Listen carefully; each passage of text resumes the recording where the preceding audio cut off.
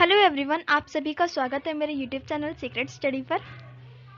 तो आज जो हम यूनिट करने जा रहे हैं ये है हमारा unit number second fourth semester BA program का। जिस सब्जेक्ट का हम ये यूनिट पढ़ रहे हैं वो है पॉलिटिकल साइंस माइनर। जो पेपर का नेम रहेगा वह है तुलनात्मक शासन और राजनीति का परिचय। यूनिट का नेम है राजनीतिक व्यवस्था में वर्गीकरण।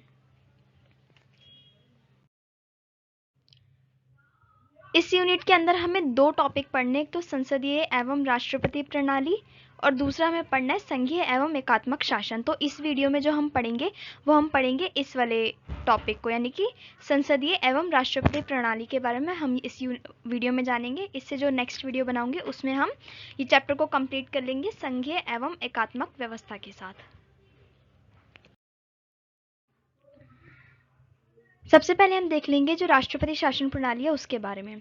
सबसे पहले मैं आपको ये बताना चाहूंगी कि जो राष्ट्रपति शासन प्रणाली है उसी का दूसरा नाम होता है अध्यक्षीय शासन प्रणाली। तो कहीं पे अगर आपको राष्ट्रपति शासन प्रणाली नजर आए या अध्यक्ष शासन प्रणाली नजर आए, दोनों के दोनों सेम है, कुछ अलग नहीं है इसमें। तो राष्ट्रपति शासन प्रणाली में क्या होता है, जो सरकार का मुख्य होता है और जो देश का मुख्य होता है वो दोनों एक ही हो जाते हैं। सरकार का मुख्य एक कार्यकारी का नेतृत्व करता है जो विधायिका से अलग होता है। यहाँ सरकार का मुख्य और राज्य का मुख्य एक ही होता है। साथ ही एक प्रमुख विशेषता यह है कि कार्यपालिका जो है विधायिका के प्रति उत्तरदायी नहीं होती है।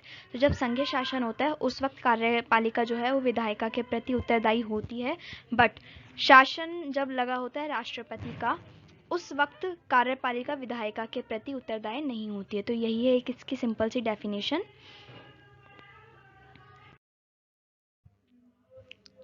यहाँ पे हम देखेंगे राष्ट्रपति जो प्रणाली है उसकी विशेषताएं क्या हैं। तो सबसे पहली विशेषता है कार्यपालिका विधायिका के कार्यों पर वीटो कर सकती है। तो यहाँ पे जो कार्यपालिका का मतलब है ना वो है राष्ट्रपति से। क्यों? क्योंकि यहाँ पे हम राष्ट्रपति शासन प्रणाली की बात कर रहे हैं। राष्ट्रपति शासन प्रणाली जब पूरे के पूरे देश पे राष्ट्रपति का प्रत्यक्ष शासन होता है।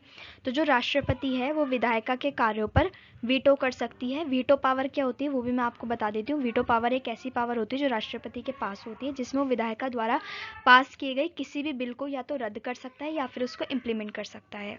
तो वही होता है वीटो पावर। सेकेंड पॉइंट है हमारा, राष्ट्रपति का एक निश्चित कार्यकाल होता है तो उसे विधायिका द्वारा किसी भी अविश्वास मत द्वारा नहीं हटाया जा सकता है।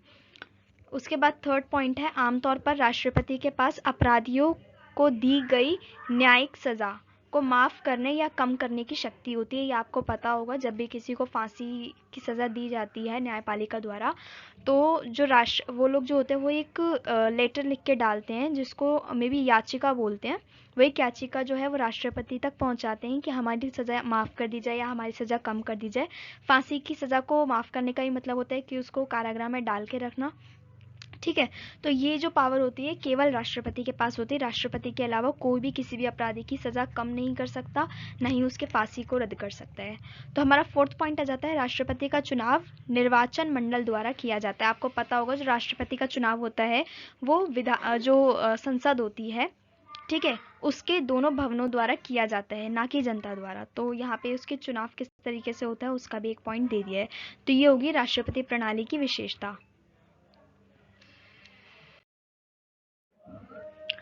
तो हम सबसे पहले देख लेते हैं राष्ट्रपति प्रणाली में जो है गुण। तो इसमें हमने लिखा है राष्ट्रपति प्रणाली के लाभ नीचे दिए गए हैं। फर्स्ट है इसमें विशेषज्ञ सरकार। चूंकि कार्यपालिका को विधायक होने की आवश्यकता नहीं है, राष्ट्रपति संबंध विभागों या मंत्रालयों के प्रमुख विभिन्न क्षेत्रों के विशेषज्ञों को चुन सकते हैं। तो इसमें क्या है, जो कार्यपालिका है वो किसी भी तरीके से विधायिका के प्रति उत्तरदायी नहीं है। तो इसमें जो विशेष जो होते हैं फील्ड, वहाँ के जो विशेषज्ञ होते हैं ना उनको चुना जाता है। इसी वजह से इसको विशेषज्ञों की सरकार कहा जाता है। इससे सुनिश्चित होगा कि लोग सक्षम और जानकार हैं वो सरकार का हिस्सा बने। तो इससे ये डर नहीं है किसी को भी कि किसी भी अनपढ़ व्यक्ति को या फिर किसी भी अयोग्य व्यक्ति को सरकार का हिस्सा बना दिया है, ऐसा नहीं है। इसके अंदर विशेषज्ञों को ही चुना जाता है। सेकेंड पॉइंट आ जाता है हमारी स्थिरता। तो ये सरकार जो होती है वो स्थिर होती है, क्योंकि राष्ट्रपति का जो कार्यकाल होता है वो निश्चित होता है 5 साल का और विधायिका के बहुमत के समर्थन के अधीन नहीं होता है। इसलिए सरकार खोने की कोई चिंता नहीं होती। सरकार के अचानक गिरने का कोई खतरा नहीं होता है। निर्णय लेने के लिए राष्ट्रपति पे कोई भी राजनीतिक दबाव नहीं होता है। इसी वजह से ये सरकार जो है वो स्थिर होती है। किसी भी तरीके से इसकी जो सरकार है उसको गिरने का डर नहीं होता है। क्यों? क्योंकि जो विधायिका होती है इसमें इसका कोई हस्तक्षेप नहीं होता है। सरकार बिल्कुल निश्चित कार्यकाल के लिए यहाँ पे तय की जाती है। उसके बाद आएगा दलीय प्रणाली का कम प्रभाव। कार्यकाल निश्चित होने के कारण राजनीतिक दल सरकार को हटाने का प्रयास नहीं करते हैं। क्यों नहीं करते? क्योंकि करने का कोई फायदा नहीं है। जो राष्ट्रपति है उसका कार्यकाल फिक्स है कि इतना टाइम के लिए इसको काम करना है, तो जो इसको हटाने का जो तरीका है वो एक अलग तरीका है, उसके अलावा इसको कोई भी नहीं हटा सकता है। तो लास्ट पॉइंट आ जाता है शक्तियों का पृथक्करण। क्योंकि सरकार के 3 अंग एक दूसरे के स्वतंत्र हैं, इसलिए प्रशासन की दक्षता बहुत ज़्यादा बढ़ जाती है। अब इसमें जो सरकार के 3 अंग हैं वो कौन सा है? विधायिका, कार्यपालिका और न्यायपालिका। इन तीनों के जो कार्य हैं वो एक दूसरे के ऊपर निर्भर नहीं होते हैं। ये एक दूसरे को मतलब पॉइंट आउट कर सकते हैं किसी भी चीज़ के लिए। अगर विधायिका को लगता है कि कार्यपालिका कोई कार्य गलत कर रही है तो वो उसको वहाँ पे टोक सकती है, या न्यायपालिका को लगता है कि विधायिका या कार्यपालिका कुछ गलत करे तो न्यायपालिका उनको वहाँ पे गलत साबित कर सकती है। ऐसा नहीं है कि किसी को गलत साबित करने से, या फिर कार्यपालिका न्यायपालिका को गलत साबित करना चाहती है या विधायिका कार्यपालिका को गलत साबित करना चाहती है, तो गलत साबित करने से किसी का नुकसान नहीं होता है, बल्कि जो क्वालिटी है वही बढ़ती है। तो इसी वजह से शक्तियों का पृथक्करण जो है वो यहाँ पे पाया जाता है, जो कि एक बहुत बड़ा विशेष गुण है।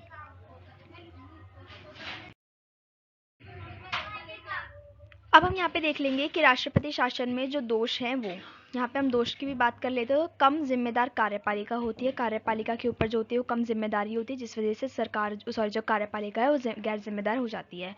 चूंकि विधायिका की कार्यपालिका और राष्ट्रपति पर पकड़ नहीं होती है, इसलिए सरकार का मुख्य सत्तावादी हो सकता है। क्योंकि जो विधायिका है आपको पता होगा नियम कायदे बनाती है, ठीक है। विधायिका के अंदर ही जो किसी भी नेता है उसको हटाया जा सकता है, किसी भी सरकार को गिराया जा सकता है।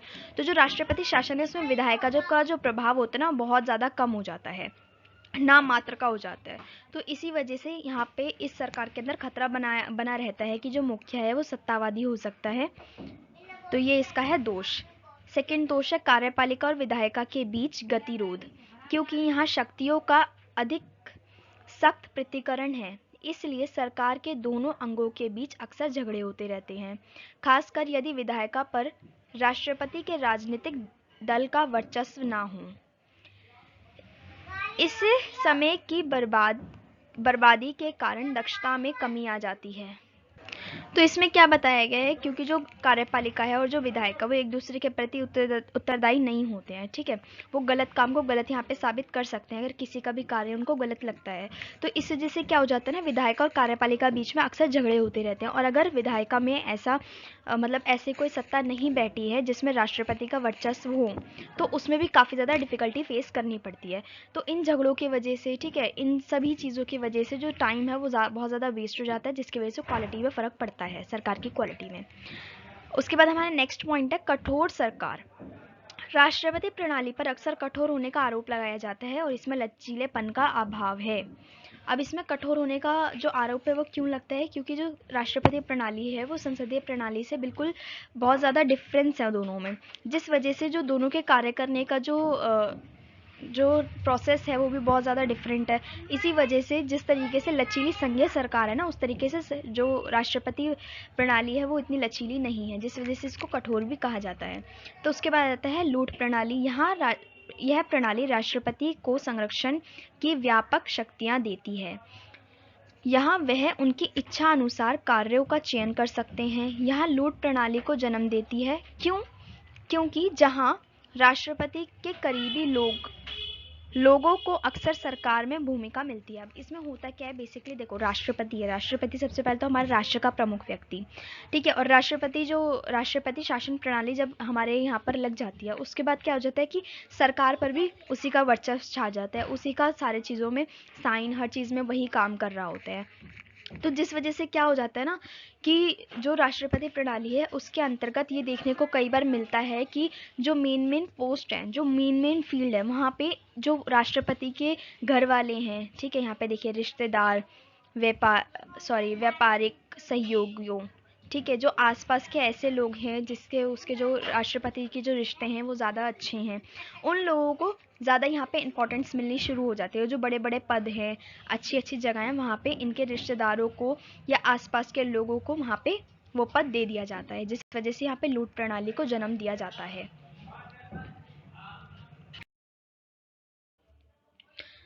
तो अब हम यहाँ पे देख लेंगे सरकार का संसदीय प्रणाली। अभी तक हमने देखी अध्यक्षीय प्रणाली यानी कि राष्ट्रपति प्रणाली, अब हम देखेंगे संसदीय प्रणाली। तो इसमें क्या है, भारत के प्रमुख रूप से सरकार का संसदीय स्वरूप को चुना, यानी कि जब भारत में संविधान लागू हुआ उस वक्त संसदीय प्रणाली को ज़्यादा महत्व दिया गया, क्योंकि संविधान निर्माता इंग्लैंड के प्रणाली से प्रभावित थे। संस्थापकों ने एक और कारण देखा कि संसदीय मॉडल केवल हमारी आबादी के भीतर विविध समूहों को समायोजित करने के लिए काम करेगा। तो इसमें क्या देखा, जो हमारे जो संविधान निर्माता थे, ठीक है, उन लोगों ने जो संसदीय प्रणाली है उसको ज़्यादा इम्पोर्टेंस दी, उसमें ज़्यादा खूबियाँ पाई। और इसका एक सबसे बड़ा रीज़न ये भी था कि जो संविधान निर्माता थे वो इंग्लैंड की जो प्रणाली थी उससे बहुत ज़्यादा प्रभावित थे। उसके अलावा उन्होंने ये भी देखा कि जो हमारा देश है उसकी जो आबादी है उसके अकॉर्डिंग हमारी जो संसदीय प्रणाली है वो ज़्यादा अच्छी रहेगी हमारे देश के लिए। इसके अलावा राष्ट्रपति प्रणाली में शक्तियों की सख्त पृथक्करण से दो शाखाओं कार्यपालिका और विधायिका के बीच टकराव पैदा होगा, जिससे हमारा नव स्वतंत्र देश बर्दाश्त नहीं कर सकता है। तो इन्होंने ये भी बताया कि जो राष्ट्रपति प्रणाली है अगर हम वो अपनाते हैं, उसको अडॉप्ट करते हैं, तो उससे क्या होगा, जो कार्यपालिका है और जो विधायिका है इसके बीच में टकराव पैदा होगा, जैसे कि हमने इससे पहले भी पढ़ा। जो कि हमारा जो नव स्वतंत्र देश था उस टाइम पे नया नया आज़ाद हुआ था, तो वो उन चीज़ों को बर्दाश्त नहीं कर पाएगा और टकराव को नहीं झेल पाएगा, इससे बहुत ज़्यादा नुकसान भी हो सकता है। इसी वजह से जो संसदीय स्वरूप था उसको चुना गया यहाँ पर। उसके बाद आ जाएगा विश्व में जितने राष्ट्रपति पद हैं उससे कहीं अधिक संसदीय शासन प्रणालियां हैं। इस प्रणाली में संसद आमतौर पर सर्वोच्च होती है और कार्यपालिका विधायिका के प्रति उत्तरदायी होती है। इससे सरकार के कैबिनेट स्वरूप और जिम्मेदार सरकार के रूप में भी जाना जाता है। तो देखिए, जितने भी राष्ट्रपति प्रणाली जहाँ जहाँ चल रही है ना, उससे कहीं ज़्यादा देशों में संसदीय प्रणाली चल रही है। तो इसका सीधा सा मतलब यह है कि जो संसदीय प्रणाली वो ज़्यादा बेहतर ढंग से शासन कर सकती है। और इस प्रणाली के अंतर्गत क्या होता है ना, संसद जो होती है सर्वोच्च होती है। उसके अलावा कार्यपालिका और विधायिका जो है एक दूसरे के प्रति उत्तरदायी होती हैं, जो कि राष्ट्रपति जो प्रणाली थी यानी कि अध्यक्षीय प्रणाली थी उसके अंतर्गत कार्यपालिका और विधायिका जो होते हैं वो एक दूसरे के प्रति उत्तरदायी नहीं होते। बट संसदीय प्रणाली में ये दोनों एक दूसरे के प्रति उत्तरदायी होते हैं, जिससे इन दोनों में झगड़ा नहीं होता है। ठीक है, और इसको एक जिम्मेदार सरकार के रूप में भी देखा जा सकता है। अब हम देखेंगे संसदीय प्रणाली की जो विशेषताएं हैं वो। तो सबसे पहली विशेषता है विधायिका और कार्यपालिका के बीच जो है वो संबंध बहुत घनिष्ठ हो जाते हैं, यानी कि मजबूत दोनों के बीच में संबंध हो जाते हैं। क्यों हो जाते हैं, इसका हमने सेकंड पॉइंट में आंसर लिख दिया है, क्योंकि कार्यपालिका विधायिका के प्रति उत्तरदायी होती है। ये दोनों एक दूसरे पर आरोप नहीं लगाते यहाँ पर, ठीक है, एक दूसरे पर मतलब किसी भी तरीके से झगड़े नहीं करते हैं, एक दूसरे के साथ मिलकर सही तरीके से काम करते हैं, क्योंकि एक दूसरे के प्रति उत्तरदायी होते हैं। हमारा थर्ड पॉइंट है प्रक्रिया की गोपनीयता। इसमें क्या होता है, संसदीय प्रणाली में जितने भी नेता निर्वाचित किए जाते हैं ना, उन सबको शपथ दिलाई जाती है कि वो हर प्रक्रिया को गोपनीय रखेंगे। ठीक है, सबसे पहले यहाँ पे शपथ ही ली जाती है। तो इसी वजह से जो भी अंदर जो मुख्य चर्चाएं होती हैं, ठीक है, उसके अलावा जो भी फैसले होते हैं उनको गोपनीय रखा जाता है। तो जो प्रक्रिया में जो है वो गोपनीयता यहाँ पे एक विशेष विशेषता है। उसके बाद आ जाता है हमारा प्रधानमंत्री का नेतृत्व। यहाँ हम सबको पता है संसदीय प्रणाली में जो मुख्य होता है वो होता है प्रधानमंत्री, और सरकार का भी जो मुख्य होता है वो होता है प्रधानमंत्री। तो इस वजह से प्रधानमंत्री का नेतृत्व चलता है, ये इसकी विशेषता होती है। फिर है द्विसदनीय विधायिका। जो विधायिका होती है उसके दो सदन होते हैं, निचला सदन और उच्च सदन, यानी कि लोकसभा और राज्यसभा। तो यहाँ पे जो काम होता है वो दो सदनों में होता है, कोई निश्चित कार्यकाल नहीं होता है। तो जो संसदीय प्रणाली है उसका कोई निश्चित कार्यकाल नहीं होता है, ये इन सब की होगी विशेषता।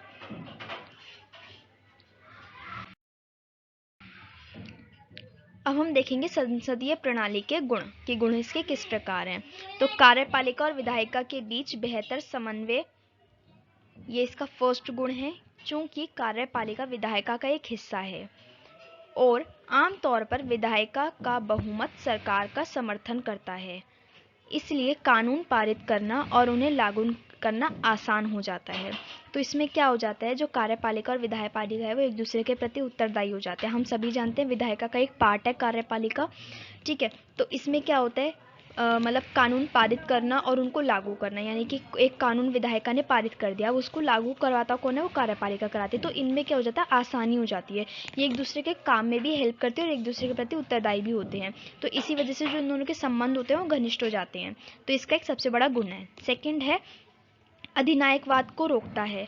यदि चूंकि कार्यपालिका विधायिका के प्रति उत्तरदायी है और अविश्वास प्रस्ताव में इसे वोट कर सकती है, इसलिए कोई अधिनायकवाद नहीं है। इसके अलावा राष्ट्रपति प्रणाली के विपरीत सत्ता एक हाथ में केंद्रित नहीं होती है।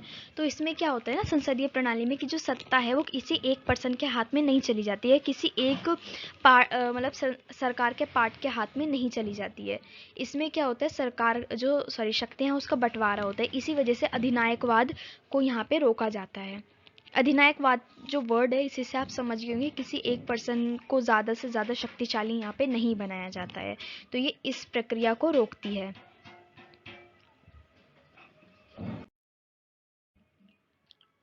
उसके नेक्स्ट है जिम्मेदार सरकार। विधायिका के सदस्य प्रश्न पूछ सकते हैं और जनहित के मामलों पर चर्चा कर सकते हैं और सरकार पर दबाव बना सकते हैं। संसद कार्यपालिका की गतिविधियों की जांच कर सकता है। तो इसमें क्या हो जाता है, सरकार जिम्मेदार हो जाती है, क्योंकि जब विधायिका क्वेश्चन कर सकती है, ठीक है, जनहित के मामलों पर चर्चा यहाँ पे हो रही है, और जहाँ आप लोगों को पता होगा कि जनता को भी ये हक दिया गया है कि वो सरकार से क्वेश्चन कर सकती है आगे से। तो इसमें क्या हो जाता है ना, इसमें जिम्मेदार सरकार हो जाती है, सरकार डरती है कोई भी गलत काम करने से, और कार्यपालिका की जो गतिविधियाँ उसकी भी जाँच हो सकती है। तो इसमें क्या होता है, इसमें डर पैदा होता है सरकार के दिल में भी कि कुछ गलत करेंगे तो हम फंस सकते हैं। तो इसी वजह से सरकार जिम्मेदार हो जाती है। विविध समूहों का प्रतिनिधित्व। इस प्रणाली में संसद देश के विविध समूहों का प्रतिनिधित्व प्रदान करती है। यहाँ भारत जैसे देश में विशेष रूप से महत्वपूर्ण है। यानी कि जो इसमें आप लोगों को पता होगा क्या होता है कि संसद में एक होता है ऐसे दल जो सत्ता में होता है, यानी कि जिसको बहुत वोट दिए जा चुके हैं, वो सत्ता पे अब प्रभावी है, और एक ऐसा पार्ट होता है जो विपक्षी दल होता है। तो जिस वजह से जो संसद है ना, वो अलग अलग समूहों का प्रतिनिधित्व कर रही होती है, हर समूह अपना एक अलग वहाँ पे भूमिका निभा रहा होता है। तो ये भी इसकी एक विशेषता है कि अगर सरकार कुछ गलत करेगी ना, तो जो विपक्षी दल है वो उस पर क्वेश्चन अराइज करेगा ही करेगा। इसी वजह से विपक्षी जो दल है वो संसद में एक महत्वपूर्ण भूमिका भी निभाता है, और जो संसद है वो विभिन्न विभिन्न समूहों का प्रतिनिधित्व करती है। लास्ट पॉइंट है हमारा लचीलापन। सिस्टम में लचीलापन है क्योंकि ज़रूरत पड़ने पर पीएम को आसानी से बदला जा सकता है। द्वितीय विश्व युद्ध के दौरान ब्रिटिश प्रधानमंत्री नेविल चैम्बरलेन की जगह विंस्टन चर्चिल को नियुक्त किया गया। यह राष्ट्रपति प्रणाली के विपरीत है, जहां उसे पूरे कार्यकाल के बाद या महाभियोग अक्षमता की स्थिति में बदला जा सकता है।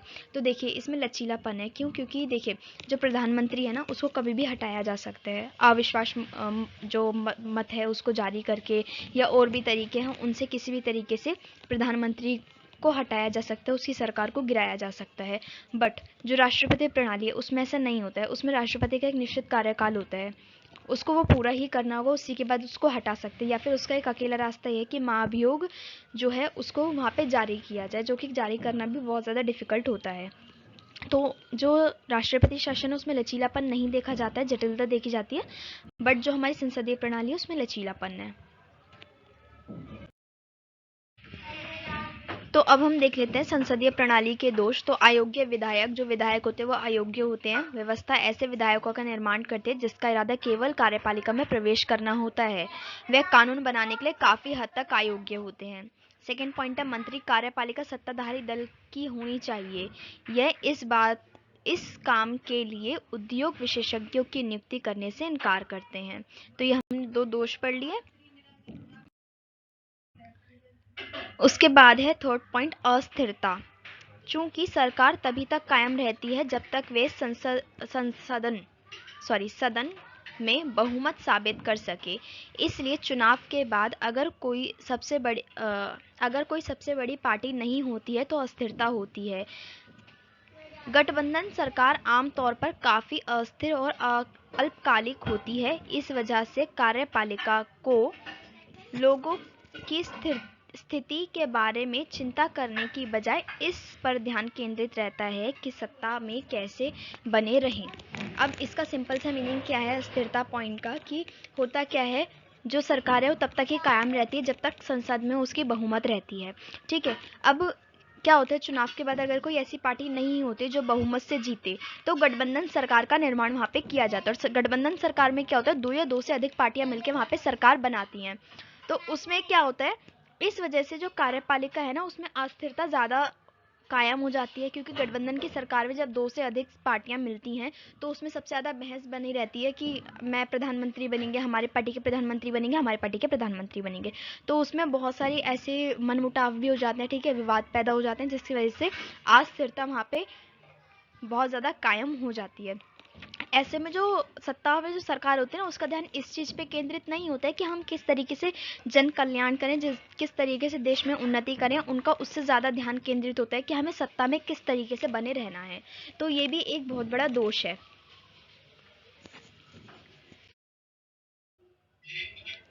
नेक्स्ट पॉइंट है हमारा दलीय राजनीति। अब आप लोग इस चीज़ को जानते होंगे तो दलगत राजनीति जो है वो बहुत ज़्यादा चर्चा में रहती है जिस वक्त चुनाव होते हैं।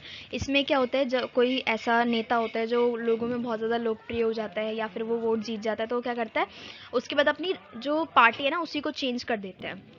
तो इसमें क्या होता है, इससे जनता को भी धोखा मिलता है, साथ ही साथ उस पार्टी को तो धोखा मिलता ही मिलता है। तो इसमें क्या होता है, दलीय राजनीति संसदीय प्रणाली में अधिक स्पष्ट होती जा रही है, जहां राष्ट्रीय हितों से अधिक दलगत हित राजनेताओं को प्रेरित करते हैं।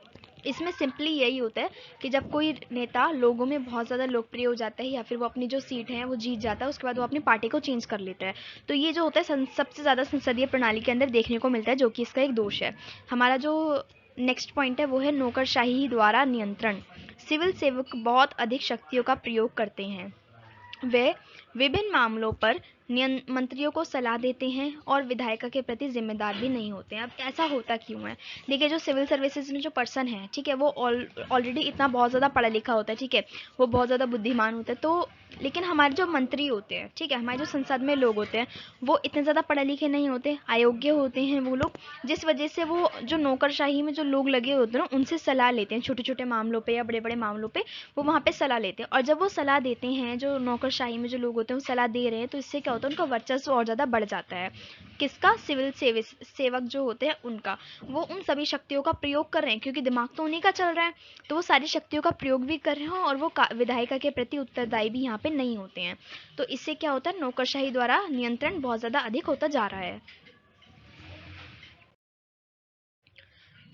तो इसी के साथ हमारा जो फर्स्ट पार्ट है यहाँ पे कंप्लीट हो जाता है। अगर आपको कोई भी क्वेश्चन होगा, मे बी आपको हो भी सकता है क्योंकि ये इतना ज़्यादा जितना दिखता है ना उतना इजी टॉपिक भी नहीं है, तो आप मुझे कमेंट करके पूछ सकते हैं। कोई सजेशन होगा तो आप मुझे कमेंट बॉक्स में बता सकते हैं। अगर वीडियो अच्छी लगी होगी तो आप इसको लाइक कीजिएगा और मेरा एक सजेशन है कि इस वीडियो को 2 बार देखिएगा, आपको बहुत अच्छे से समझ में आएगा। तो मेरी वीडियो को ज़्यादा शेयर कीजिए, मेरे चैनल को सब्सक्राइब करना बिल्कुल भी मत भूलना। तब तक के लिए अल्लाह हाफिज़।